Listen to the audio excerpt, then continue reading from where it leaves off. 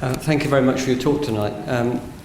I'd like to say that it seems to me that initially you speak about why is there something rather than nothing.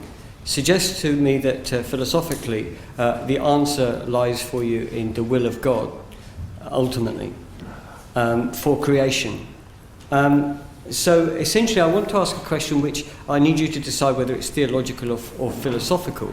But you speak of free will, and free will seems to be fundamental to the Christian notion of creation, to the Christian experience following creation. I'd just like to ask, seeing as each person has an existence brought into being by God and the will of God and God's creative act, and free will is so fundamental to God's act of creation, that initial bringing into being is a compulsory existence. So in terms of every person's existence and the fact that it is morally accountable, could you just say something about your philosophical position in terms of God's creative act and the bringing into being of morally accountable, what should we say, creatures yes. that are therefore accountable but are compulsorily existing? All right, let me try to address that. First, the way in which we have tried to answer the question, why is there something rather than nothing, is not by an appeal to God's will.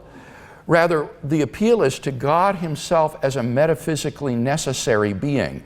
The reason that there is something rather than nothing is because there is a metaphysically necessary being whose non-existence is impossible, a being who exists in all possible worlds.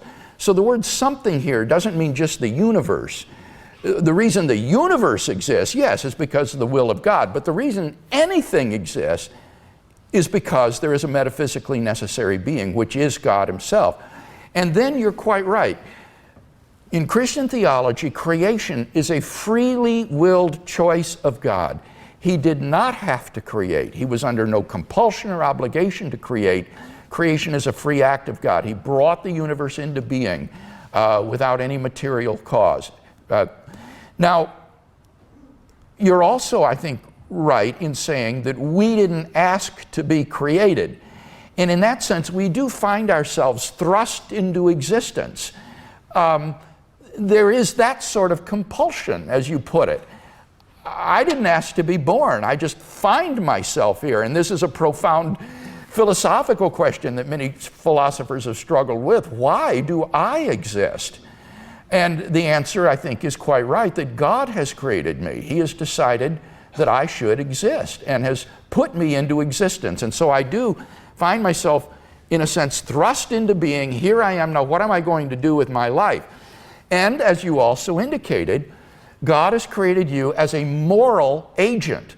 That is to say, you have the freedom to make morally significant choices in a way that mere animals do not. And therefore you are morally accountable to God as a holy and just creator for the way you choose to live your life. And the sad news is that all of us have failed to live up to His holy and moral standards. We have in various ways said or thought or done things that are evil, that are contrary to God's will. And as a result, we find ourselves in need of His grace and forgiveness and moral reformation in our lives. And that gets into then the whole Christian gospel of redemption and salvation through Christ, who is God's provision for our sin. But all of this is based upon the idea that we are, as you say, morally significant agents capable of freely choosing to obey or to disobey God. Thank you. I'm not trying to raise this as any proof against any of the claims for God's existence, but I am, as a philosopher, also a teacher, essentially. Yes. Often in conversation with students who may come across Dostoevsky's telling novel, which brings to the point this situation of somebody as if they've been given by God a ticket to existence, and in a sense they want to return the ticket. How come? And I know that this is essentially, it sounds very ungrateful, but it is an ethical issue and yes. a philosophical issue that raises the question of the irreversible nature of those significant moral choices we make, which we didn't instigate. So I wondered if you could say, how might I tell my students, for example, that God is not just that he has the power or the authority. I don't think we need to question that if we take God as a necessary being that has authority. Yes. But the question is, in a sense, how can God hold to account and ultimately make people or expect people to pay for their actions that they didn't ask? Can I give you a very naive analogy?